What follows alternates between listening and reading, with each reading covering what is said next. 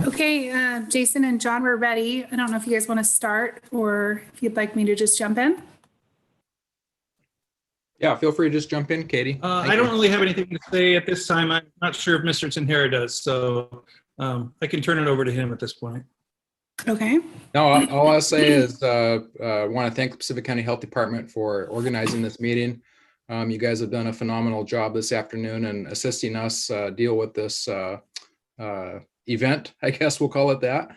And I just want to thank you all for all your hard work and efforts. It's really appreciated. So take it away, Katie.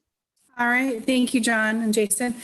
Good evening, everybody. My name is Katie Lindstrom. I'm the director of the Pacific County Health Department. We also have a couple other people who may be jumping in who are on the call and answering questions. So I'll introduce them real quickly. Stephanie Michael, who's our COVID response lead for the county. Leah Heinz, who is your school nurse. And I see Kathy Spohr also. She's the county administrative officer, and she's been real involved in our COVID response as well. So I'll go ahead and start. We really just wanted to provide some information to everybody tonight about a couple cases that have happened at the school. We want to give you good and correct information with the hopes that it will help kind of quell some of your worries a little bit and also just help you know what to do next. So go ahead and get started here. First of all, I want to talk through what happens when there's a positive case in a school. So first of all, what happens is the county health department, we get notified from the lab where the test was taken. And we immediately, once we get that information, we contact that positive case and we instruct that positive case to quarantine for a minimum of 10 days. It could be a little bit longer than 10 days if the person's real symptomatic. The standard is actually 10 days or 24 hours after symptoms improve, whichever is longer. And Jason, if you don't mind maybe muting people too. If you're able to do that, hopefully you can find the way to do that. Okay. So that's how we handle the positive case. The public health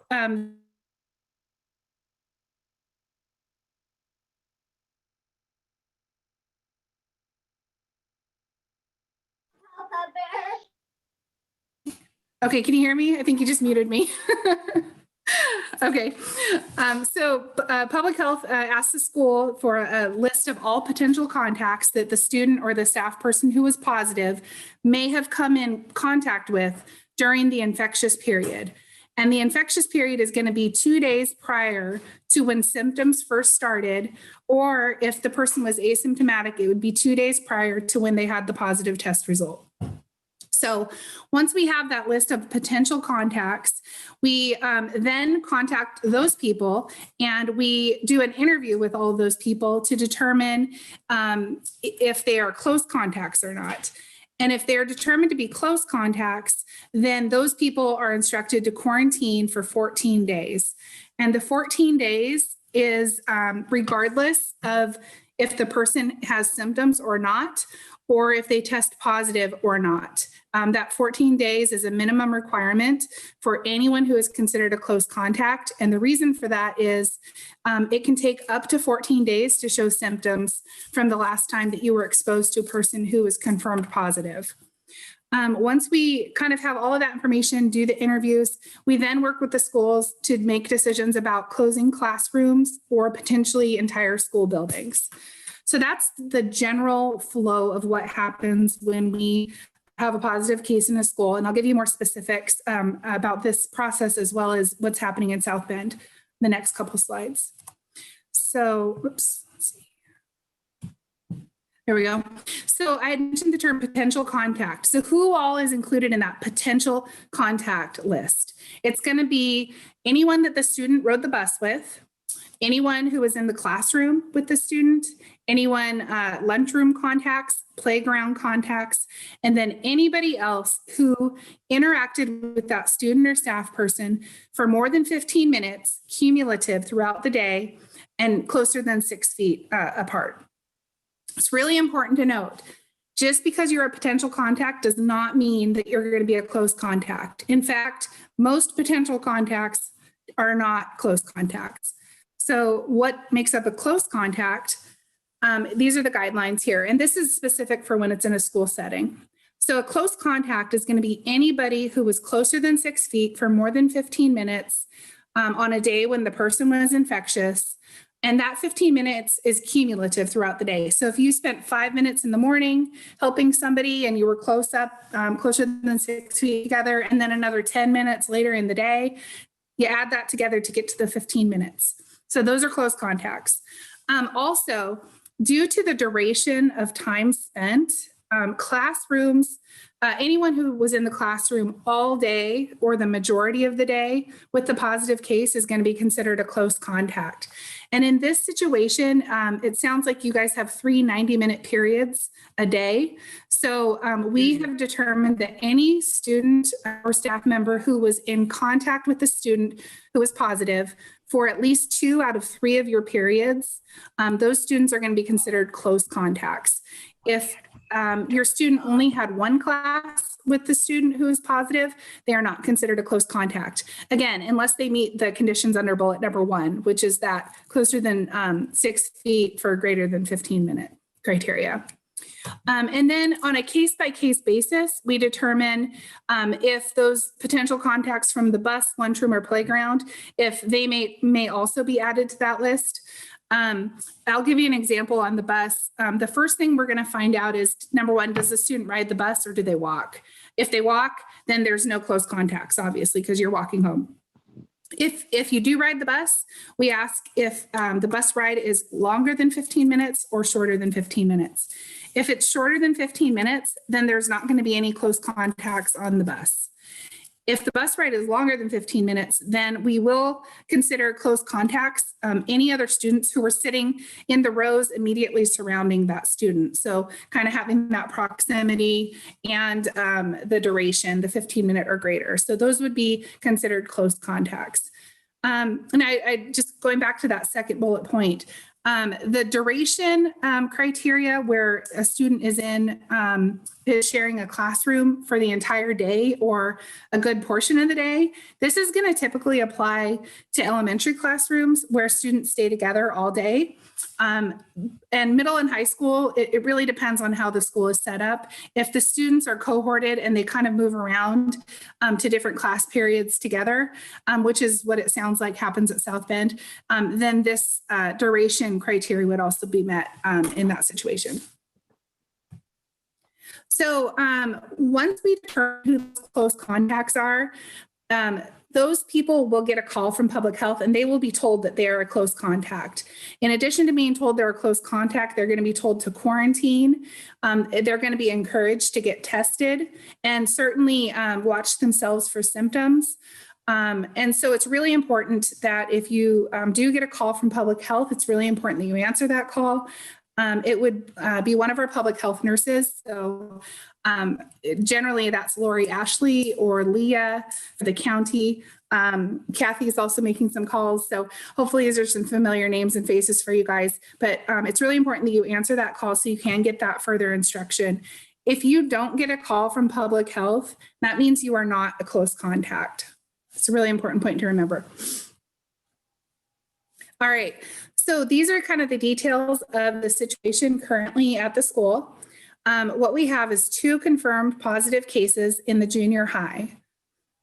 Both of those individuals were in the same classroom, same cohort of students, which there's nothing great about a positive case, but it's definitely preferable that they were in that same cohort together. It made our list of close contacts smaller than had this been in 2 separate classrooms.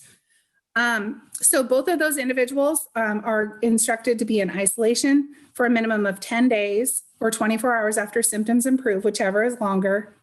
The last date of potential exposure, so this is the last date that the student was in school, was Monday the 2nd, so this last Monday. Classmates who spent at least 2 out of 3 class periods with the positive case are considered close contacts. And at this point, I believe those students should have been contacted. We were working on that this afternoon. Actually, Leah, can you verify that? I think Leah was making those calls. Yes, I did touch base with every close contact on the list. So we are good there. And sorry, anybody else should feel okay about that. Yep. We're where we need to be with those calls right now. So Great, thank you, Leah. So again, those close contacts, Leah told them that they needed to be on quarantine for 14 days, and it's 14 days from the last date of contact with the positive case. So that last date of contact would have been the 2nd. So then you count forward 14 days, meaning that they're going to be on quarantine until the end of November 16th. And so that means they can return to school on the 17th of November. Again, close contacts are encouraged to get tested. And again, close contacts will be contacted by public health. Actually, they already have. So moving on here. So this is a Katie, question we just get a another lot is, report. Katie, I just point out just a quick thing there. Again, it's 14 days, regardless if your student gets tested and tested negative, they still need to quarantine for that full 14 days because sometimes we can test and people aren't shedding enough virus yet, and they can actually become, sick with COVID anytime up to that 14 days. So regardless of the test results, your student will stay home for that 14 days. thank you, Kathy. All right, so this is obviously a question and a legitimate concern. What about other students and staff who are in the building? So students and staff who are in the building, same building as the positive case, but who were not in the classroom with the positive case and who have not been identified as a close contact, meaning that closer than 6 feet, 15-minute criteria, or sharing a classroom together for the majority of the day, they do not need to quarantine. So there's no real additional or higher risk from just being in the school building with a positive case as kind of just living your general life. So no need to quarantine unless you have been identified as a close contact. However, this is important. If you are not a close contact, but you have any symptoms of COVID, we strongly encourage you to go get tested. And that's the case whether you're attached to this school or not. We are strongly encouraging anyone with symptoms of COVID to go and get tested. It's very quick. We have good, especially in North County, we have a really good quick testing opportunity at the Willapa Harbor Hospital. You get same day results. And if you have any symptoms, just go up and get tested. It's one of the key strategies for us to really help kind of tamp this down and prevent spread. Again, if you don't receive a call, that means you have not been identified as a close contact. And then again, the testing options. Willapa Harbor Hospital is open for rapid testing for people who are symptomatic or people who have been identified as a close contact. They are open Monday through Thursday, 12 to 2. There's no appointment necessary. You just drive up and you get in line, you do some paperwork, and you actually get your results the same day. Another option is, of course, you can call your primary healthcare provider and they may be able to assist you with testing. And then I do believe we are going to be standing up a testing event. The health department will be setting up a testing event on Monday, and the people who have been identified as close contacts are going to be contacted about that and given that information. Actually, John, I believe Stephanie was going to email you some paperwork. And if you could maybe send that out to those close contacts who have been identified. Ideally, that paperwork gets done ahead of time and then you show up at our event and then get tested. If some people need to do that on site, we can accommodate that as well. Okay, will do, Katie. All right, great. So again, another reminder, Kathy already said this, but it's in red because it's important. You need to quarantine from the time you're tested until you receive your results. And if you're a close contact, you need to stay in quarantine for 14 days, no matter what. Even if you have a negative test, you still got to stay in quarantine for 14 days. Okay, this last part, I just wanted to make sure there was good understanding about the general risk of transmitting or catching COVID in a school setting. The first thing I want to say is South Bend School has done a really good job of employing safety standards. They are doing a really good job of making sure students and staff are wearing masks, that students are distanced in the classrooms. Their seats are 6 feet apart. They're doing daily screening, sending kids home if they have symptoms. And so these are really important safety standards that need to be happening, and the district has taken these very seriously. And because of this, the overall risk in a school setting is actually pretty low. The LNI has actually determined that the health risk in a typical K through 12 setting is going to be low risk as long as those health and safety standards are in place.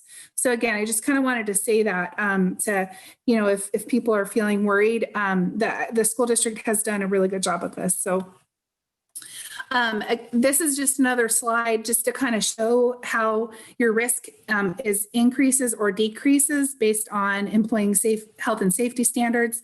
This is really showing up here, we have people who are not distancing and they're and they're not wearing masks. And you can see that the risk is very high. If you're around somebody with COVID, they're not wearing a mask and you're close together with them, your risk is going to be pretty high of catching COVID. And then if you go down here, you have both people wearing masks, which is a requirement when you're at school, and you have both people distancing, and you can see that the risk drops to very low. Just a few resources. If you have any questions or anything that comes up after this training tonight, please feel free to reach out to us Monday through Friday, 8 to 4. I'm sorry, I put the South County number there, but it's same number for North County. It's just 875-9407. You can also check our Facebook page our website, and then also our Facebook page. And then the state website, coronavirus.wa.gov, is also a really good resource for good information, tip sheets, all kinds of stuff there at the DOH site for the state. Again, questions, feel free to call us anytime. That is the end of the presentation. And what I'd like to do now is just open it up to questions. You can put those in the chat box if you like, or you can unmute yourself and just speak up.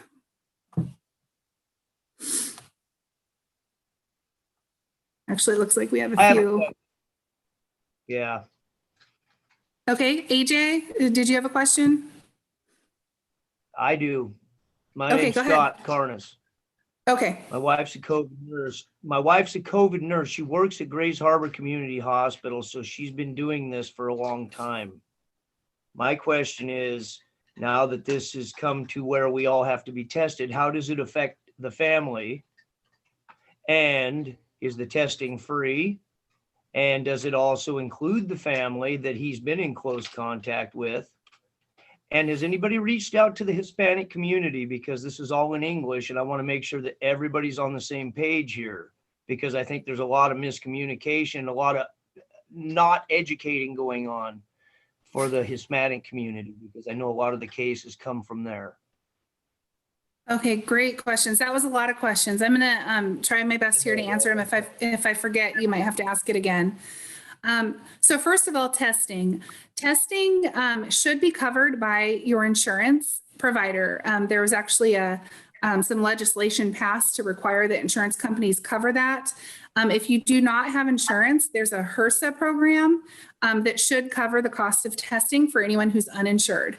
So just starting with that, if you're symptomatic or if you've been identified as a close contact, there should not be any cost for testing. Let's see, what was I already forgot the second part of the question. Well, Testing. The family testing, should we be testing as well? See, because my wife we just found out about this. She has to go to work on Monday. She's already contacted her supervisors and let them know, but she also has to be tested, and she's tested regularly anyway because she is an RN. Yeah. So I guess my question is, should the family be tested as well? So that's not currently a recommendation from public health. We are only recommending that close contacts of positive cases get tested. So if your student was a close contact, meaning that they were in the classroom with the student, your son or daughter should get tested because they are a close contact. We're currently recommending that people who are close contacts of close contacts get tested. We're just at this point recommending just that first level of contacts. If your son or daughter went and got tested and they were positive, then your family would need to get tested at that point. Now, again, I if see. anyone in your family is experiencing any symptoms, we would encourage you to get tested regardless. Right. And then you, question about reaching out to the Hispanic community. We are actually, right now, we're working with the Pacific County Immigrant Support Group to develop messaging and do outreach to the community because we're very aware of that same problem that you mentioned. We're working on messaging, trying to get the word out in both the native language and also just culturally, kind of in a way that the community hopefully will respond to. We've also been working with employers to try to get messaging out and employee safety standards. So we are definitely working on that, but we acknowledge that there's always room to go on that. You answered my question. Thank you. Okay, thank you. All right, anybody else have a question?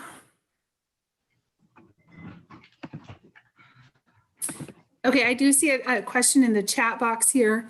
How come schools are open in person when Pacific County does not meet 2 of the 4 key metric goals? And the 4th key metric doesn't apply to the county because we don't have admitted COVID patients. Okay. Okay, so that's, and I'm not sure how many people are aware, but there are metrics that the state put out that county health departments are instructed to use. And we use those metrics to make recommendations to the school districts about whether or not they should have in-person school, hybrid school, or fully online school. Basically, counties get put into a risk category, a low, medium, or high risk category, and that's based on our COVID case rate. Up until this week, we were in the low, moderate range, which with that case range, the recommendation is for hybrid school, which is what all of the schools in the county are doing. Once you get up into the high risk case rate range, which is now where we're at after today with, we've had a whole bunch of cases today. We will be above 75 cases per 100,000, which puts us into that high risk range. If we stay in that range for a 3-week period, then we make a recommendation to the school to go back to online learning. Now, it's important to note, it's just a recommendation from the health department. School districts ultimately make those decisions. The school boards make those decisions. I will say South Bend and actually most of the rest of our schools have been listening to our recommendations. So again, if we stay in that high risk range for a 3-week period, we would make that recommendation to go back to online learning. But at this point, I think, Stephanie, is today the first day that we're popping into that high risk range, or was that like yesterday maybe?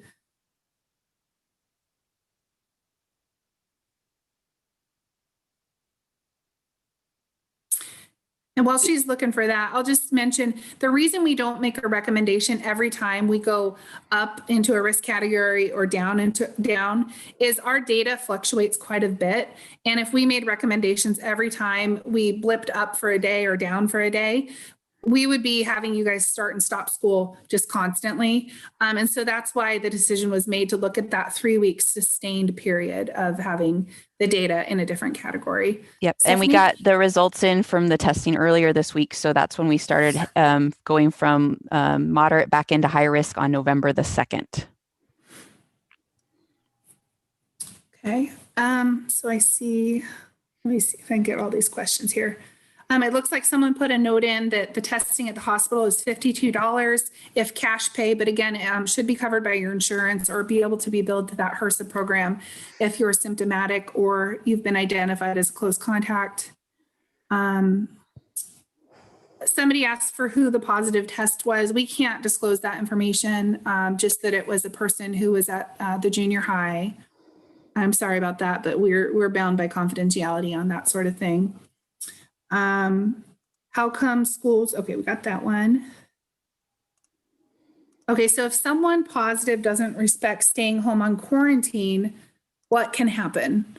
I was going to look and see if Lori was on this call, but Stephanie, do you want to talk through that, or Kathy? So when someone is on both on isolation and quarantine, either one. So if they've been identified as a case, we call every day and check in with them. And the health officer does have certain authority. If someone has an infectious disease and they're not following public health orders to stay home, to isolate at home if they're an infected person, the health officer does have some authority to order that. Fortunately, to our knowledge, we haven't had to do that. People have been, very responsible in working with us, and we do check in every day with folks that have been identified as a case. We also try our best to check in with all the close contacts. With this big increase in the cases right now, it's a bit more of a challenge in keeping up with all of that. But we're doing our best to also check in with those folks who we've identified as close contacts, both to make sure that they're doing well, that they haven't developed symptoms, that they have what they need so that they can stay home and stay safe.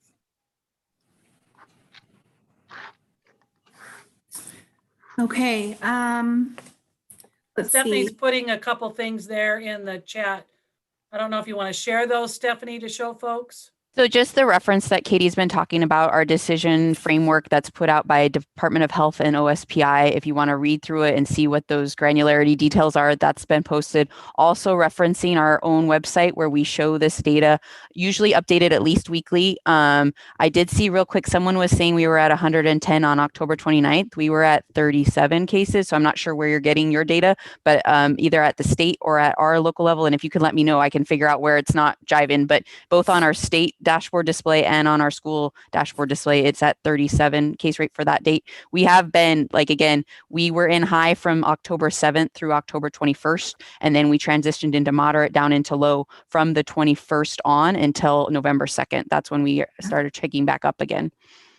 Thanks, Stephanie. And for anyone who's on the phone, you can find our data at pacificcountycovid19.com. There's a couple data dashboards on there. One thing that you want to make sure to do is select Pacific County from the drop-down list. Otherwise, you'll get the state data. It defaults to state. But if you select Pacific County, you can see our trend data, our testing data, our case rate data, all of it from March through current. So it's a really good resource. All right, so do you take into account anything about surrounding areas? Seems like every surrounding county is in the high risk and has been for a while, and everything seems to be trending up. Does waiting 3 weeks because we have had a lucky few days where our cases dipped into the low risk? So you are correct. All of our neighboring counties, well, Wahkiakum County has been fairly unscathed, but Grace Harbor County and Lewis County both have had higher case rates than us, I think pretty consistently the entire time. We do think that part of the reason our case rate has been a little bit lower is we've had a pretty effective contact tracing effort in Pacific County. Our public health nurses do a really good job, and we tend to seem to have more capacity and resource to really be on top of the contact tracing and getting people to stay home and getting people tested and kind of stopping that spread. Some of it also has been maybe due to luck because we haven't had a lot of large employer outbreaks. This is actually our biggest set of cases since this started is what's been happening the last couple of days here. We don't look at the other counties' case rates in terms of the decision tree for school recommendations. It's something that we consider and we talk about. I will tell you, making these recommendations is difficult. There's a lot of factors that go into it. But we really don't feel like it would be a prudent practice to make a recommendation every time that the data changed for a day or a couple days.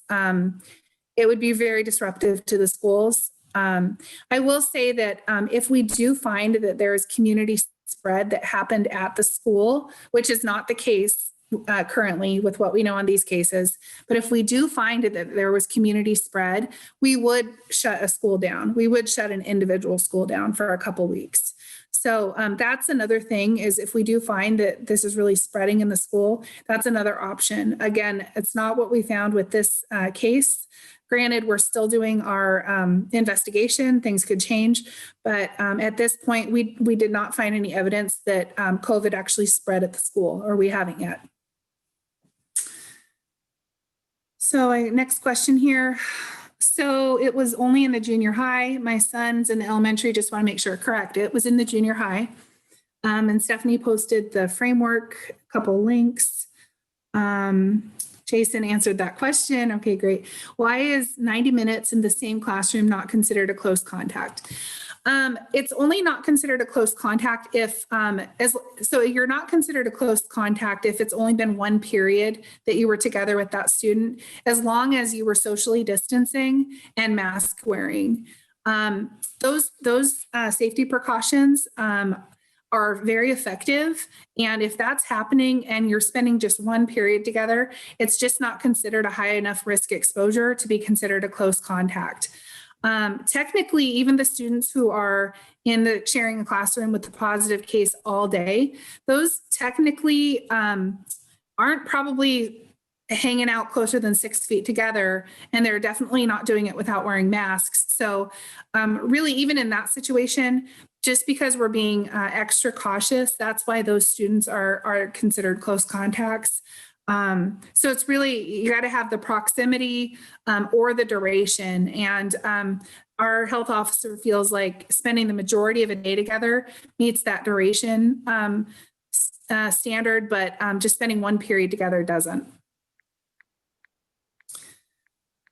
So the data from the screenshot dated and time from coronaviruswa.gov on October 29th at 9:13, and the rate was 110 over the week. Yeah, I mean, we might need to take that offline. I think Stephanie's looking at the data.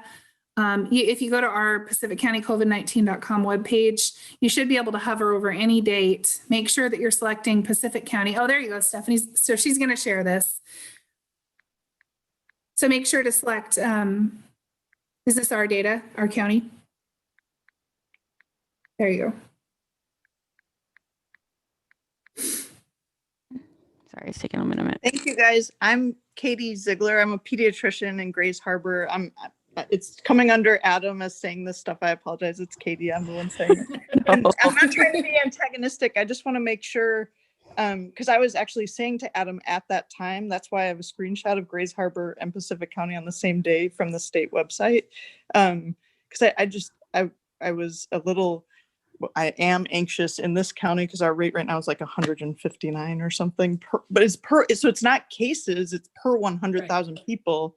Per Over 14 days rolling average, right? Right. And so you can see here, so I'm first going to show you guys where, if you're looking for school data, the best place, because this is monitored weekly, and then if we have any significant changes, this is the best data you're going to get. This is literally my public health nurses and I creating this product, so we have that better control and able to keep this updated. Now, I have not gotten to it yet today. It is going to increase up to a high case rate. We are going to be releasing 28 cases today, a huge amount out of our testing that we've done earlier this week. So we will be jumping up into the 130 right up here. So that will be changing, and I hope to get that up tonight.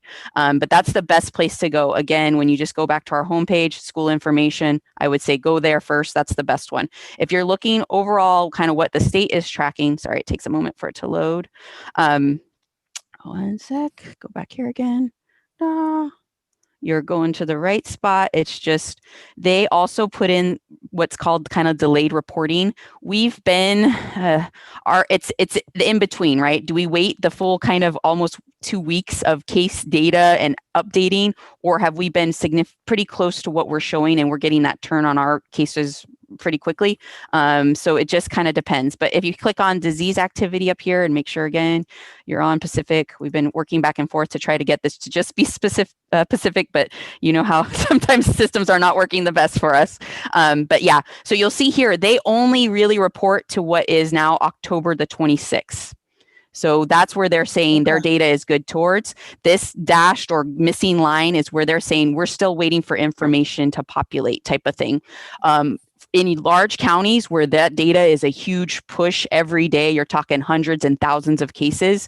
Well, maybe not thousands, but definitely hundreds within the state right now, especially as our state is at its highest peak of cases at over, I think, 1,600 from yesterday. That takes time. Ours have been smaller amounts of data, and so we're able to keep that a little bit more under control. But that's just kind of that idea is literally what the state's putting out is only up through that 26. The dashed or missing line is not anything that's validated. hopefully that's a What little day- clearer. Thank you so much. That's fabulous. Uh-huh. Thank you so much. What day was school started? Depending on what school, we know we had classes starting in session back on September the 14th, and then more towards the end of September, beginning of October is when the rest of the county, because the recommendation had changed. We had a significant impact. Where are we? Sorry. This one is Stephanie, what, that was NACEL that started back on the 14th. South Bend, you guys started right at the end of September, correct? John? Yeah.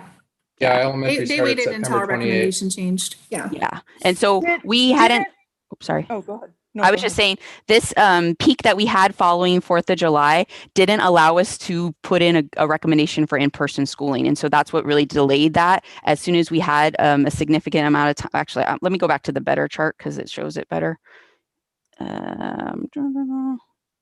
Right here.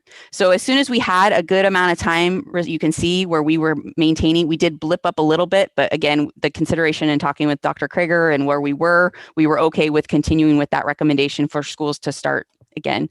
This is where we had a 2-week period where we were watching and monitoring and we're like, okay, are we going to change that recommendation? And then we ended up coming down again. So again, it's this constant data monitoring piece. Okay, so it's because it was 2 weeks in the Yeah. high risk range, not 3 weeks? Yeah. Yeah. Correct. 3-week is the standard. We had to pick a time frame. Again, if there's a significant concern within a certain district, we would probably shut a school down if there was a real concern. But this recommendation is the recommendation we give to all 6 Pacific County school districts. So it's based on that 3-week period of county data. All right, good I can questions. tell Thank you, Doctor, that it's been a little bit different with students out at North River School District, which is actually a Pacific County school district, but because many of the students live or come out of Grays Harbor County, they've been relying on their data. So attendance at that school with those families, if you serve any of those, has been different. I think they're still all virtual learning there. That's correct. Thank you. Okay. Thank you so much. Thank you. Okay, so we'll go ahead and move here to the next question. The kids are eating lunch in the classroom and they remove masks to eat. So John and Jason, can you verify, are your students eating lunch in the classroom? I'll defer that to Jason. Yes, they are. They are. Okay, so they're removing their masks Yep. to eat, but remember, all of the students in that student's classroom are considered close contacts. So those students are going to be close contacts. What can you do if you know of someone that had close contact with a positive person and now has COVID symptoms and is refusing to get tested? I mean, unfortunately, sometimes there's only so much you can do. I would certainly be careful about being around that person. I would be wearing a mask if you, for some reason, had to be around that person. Sometimes gently encouraging people, is what's going to work. But ultimately, we can't. We have some authority to kind of, I think, be a little bit more forceful with someone in quarantine or isolation, but it's pretty difficult to force someone to go get tested. So I think the best thing you can do is just kind of protect yourself in that situation, maybe encourage or support the person to at least isolate, even if they don't want to get tested, but at least isolate and maybe not spend a lot of time around, other people in their household who might be at high risk. Yeah, and also I would always say, recommend they talk with their medical provider. That's another big piece, especially as we get into the season where people are having these symptoms. People are sick, they have underlying conditions, COVID, not COVID, we're not sure. You should be talking to your doctors. Yep. So next question. So how many of those were from junior high? I'm assuming you mean of the 28 that we're releasing. So it was 2. There was 2 students in the same classroom at South Bend in the junior high. And then it looks like we had an answer to when school started. I lost my comments here. Sorry, you guys. Okay, I'm late in the meeting and working in the medical field in Hoquiam. My child is in 3rd grade at the elementary school, and I'm wondering about exposure to my child, either by sibling or someone who is connected with the case. So a 3rd grader would not be exposed to either of the positive cases, unless for some reason they happen to be hanging out outside of school with either of the positive cases. We don't do contact tracing for contacts of contacts. So at this point, if one of the students who is positive, if they have siblings who also go to South Bend School, those siblings are going to be close contacts, and those siblings are going to be required to stay home for 14 days. They're on quarantine. Your student who might have been in the class with the sibling of the positive case is not going to need to get tested or quarantine or anything like that unless the student who they actually have class with tests positive. If that happens, we would alert you and let you know. But at this point, we don't have any indication of an increased risk. So your student should be able to continue to go to school as regular. Again, though, watch for symptoms. If there's ever symptoms, go get them tested. Let's see. So we had another about the lunch.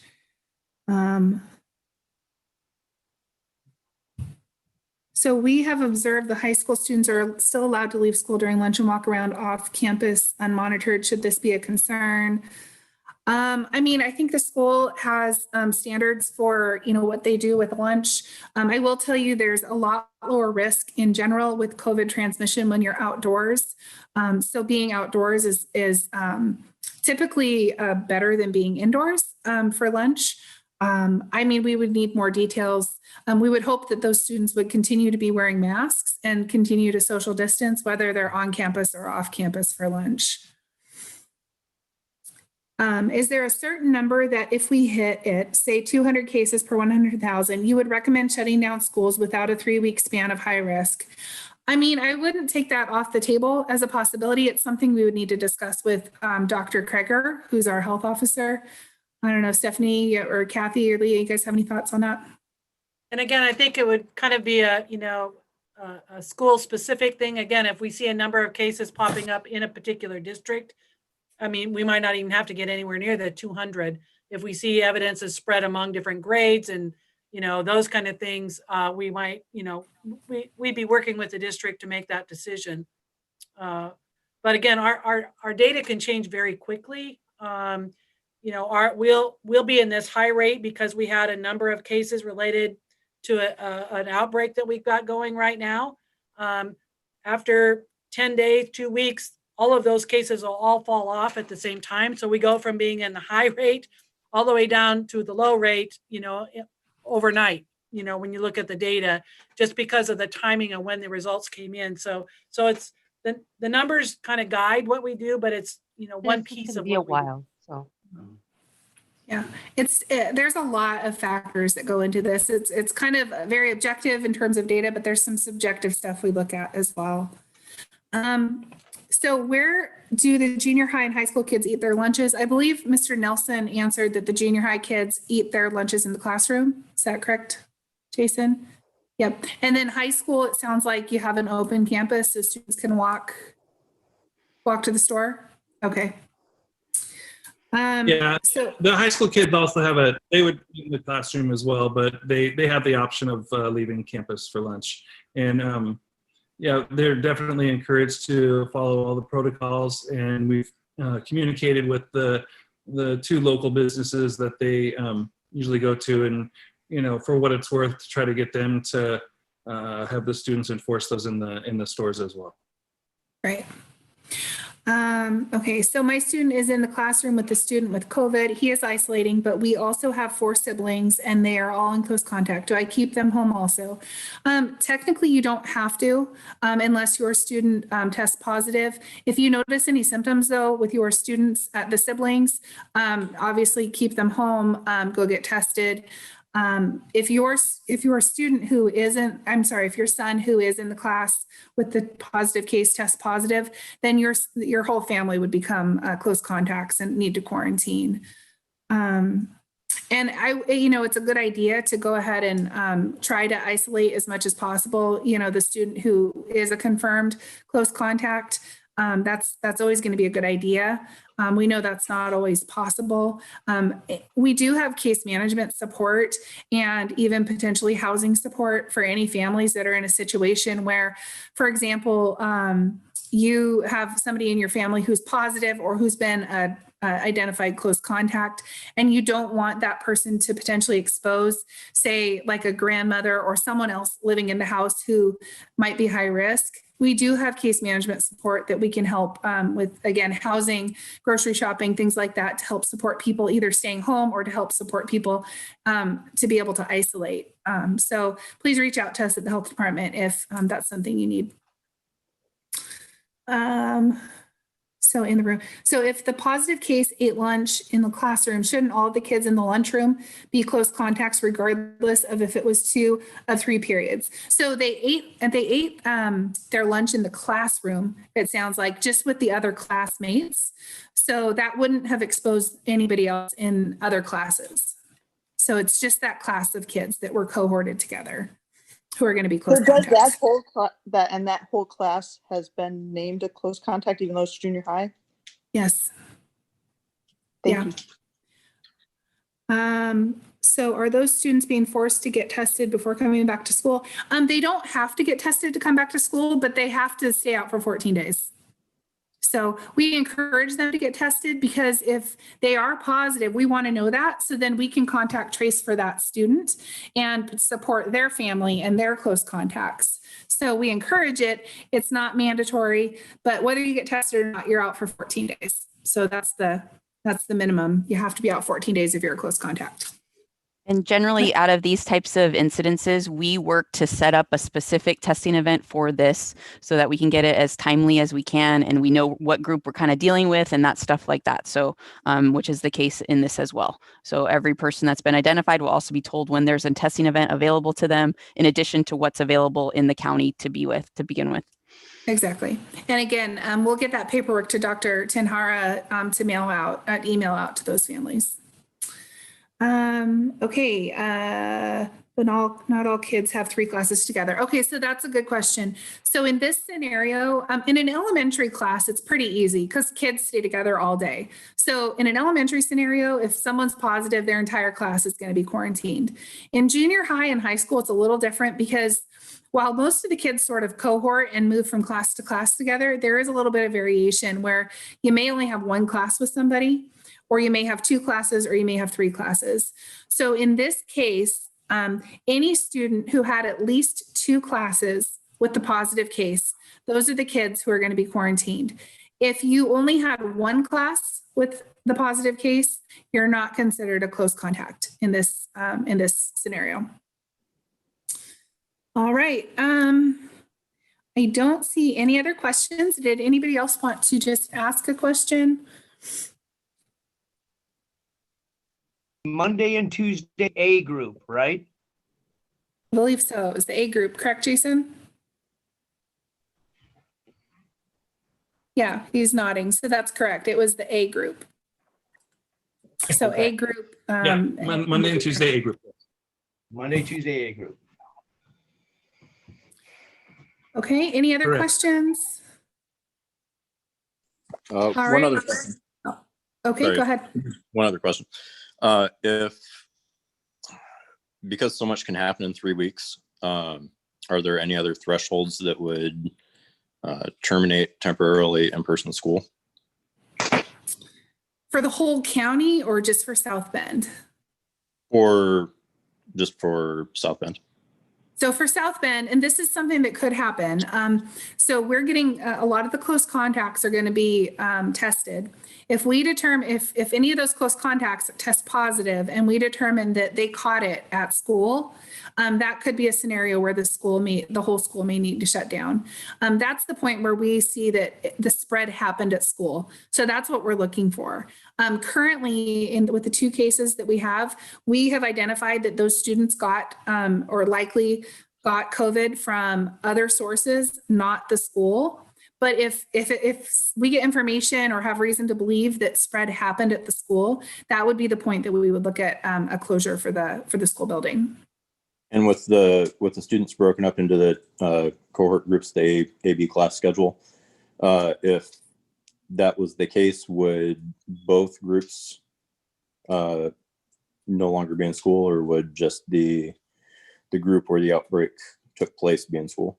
You know, Would be it out of really school? depends. It's hard to say. Because you could have staff involved. I mean, there's just so many variables. We really have to take these case by case and see what we get. Stephanie, do you have anything else? It's really hard to project because there's so many different things that could happen and different variables. But just know that we are looking at all of that. We work very closely with our health officer, who's excellent, and he provides really good guidance for us on this. And so we would work very closely with him, you know, if there's any additional cases or anything like that. Thank you. Mhm. All right. Anything else? All right, John or More Jason? questions. Oh, another There's a question? couple more things that popped up there in the chat box. Oh, I'm sorry. Okay, so if my daughter only has one class with them and it was second period with lunch, likely your student would not be a close contact in that scenario unless they were sitting very close to the other student and they had spent more than 15 minutes together within 6 feet. Jason, I would assume during the It's lunch actually not- during the lunch period, the students are still distanced with the 6 feet? Oh, yes. Oh, yes, definitely. Okay, Yeah. No, that's strictly enforced. okay. And just so, I mean, for all the parents, if you don't know, the school has a very detailed and strict health and safety plan.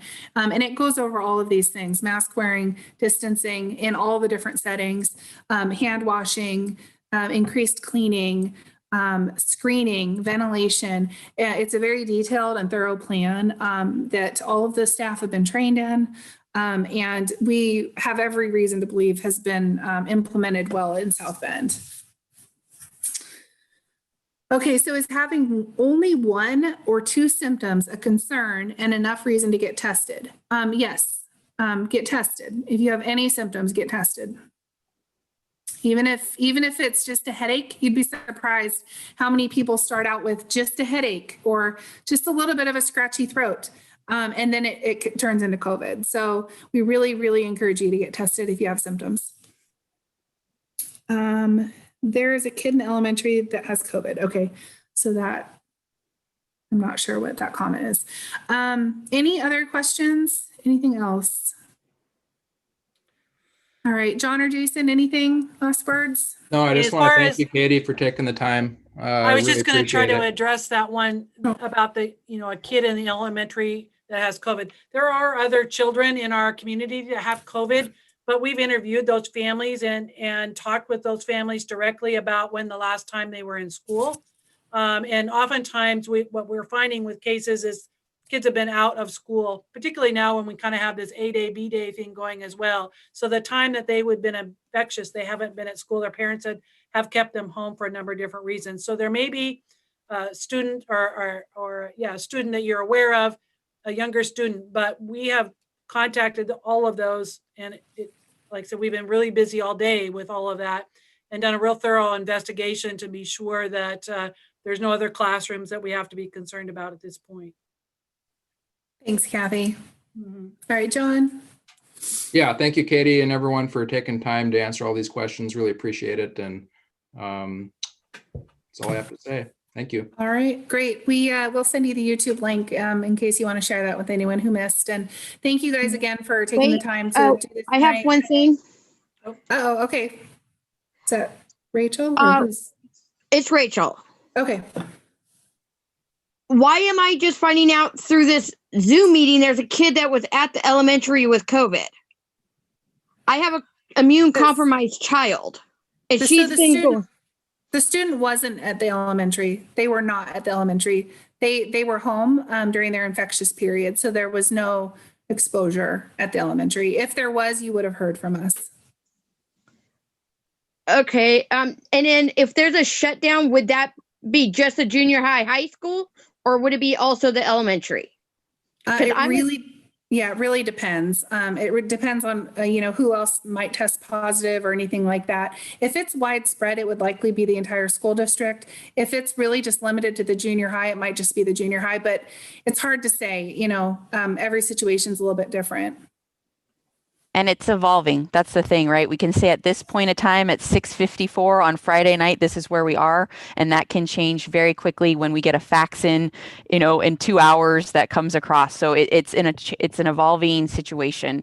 But we're working our best here to make sure that we are on top of what needs to be happening, especially within the school environment, because we know how critical that is. Yep. Thank you guys all for your tremendous work. You are doing a tremendous amount of work, and it's really encouraging and incredible. Thank you. Thank you. We appreciate that. And a big thanks to the schools and this is the consistent keeping mask on, keeping distancing between kids. I mean, and that's a huge piece within the school environment and with parents screening every day. It's a huge effort on everybody's part. And we all have to do that part and to keep it in the direction we want to be in so that we're all just shuttered at home. That's not where we want to be. Exactly. The other thing too, I think here in Pacific County, we're really fortunate that we do have a really close relationship with our school districts. We've been working really close with the district administration and staff all through the summer, trying to get ready and do the best we could to make sure that school environments were as safe as possible. And I don't know that that's, necessarily happened in other counties. My sense is it hasn't to the same degree. So, I mean, we met weekly throughout the summer with school staff and administration and putting plans together. So we feel really good about where we are, and unfortunately these cases are likely going to happen. We do have COVID in the community. And most of what we're seeing is currently workplace exposures and family gatherings. People that get together, someone's infected with COVID, and now we've got a number of folks that were exposed and some are becoming ill with COVID. Fortunately, we were able to get a hold of folks and do the best we can to get those folks to stay at home and try to prevent that from spreading any further. So again, appreciate all your help in that effort, because it's a huge effort on all of our parts. And it's worth it. It's worth to help keep everyone safe. All right. Well, again, thank you guys all for taking the time. Reach out if you have any questions. We're available Monday through Friday at the health department. Don't be afraid to call. We're happy to answer questions. Everybody have a good rest of your night. Bye. Thank you.